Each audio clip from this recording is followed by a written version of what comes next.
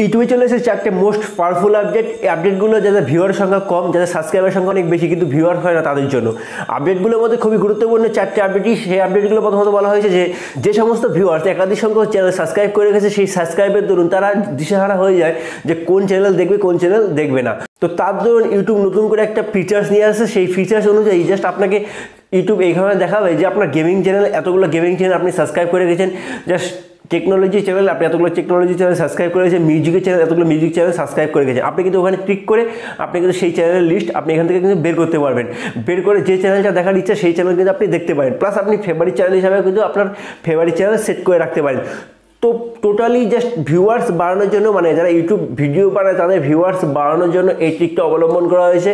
যারা ভিউ করে, মানে চ্যানেল যারা দেখে তাদের ক্ষেত্রেও কিন্তু এই ট্রিকটা খুবই ভালো, কারণ তারা দিশেহারা হয়ে যায় তাদের সাবস্ক্রাইব চ্যানেলগুলো খুঁজতে।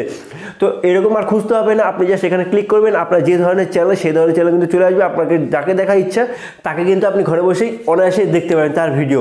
তো তার ভিডিও দেখার জন্য তার ভিউয়ার্স বাড়বে, আপনার কিন্তু জাস্ট ইম্পর্টেন্ট কাজগুলো কমপ্লিট হয়ে যাবে।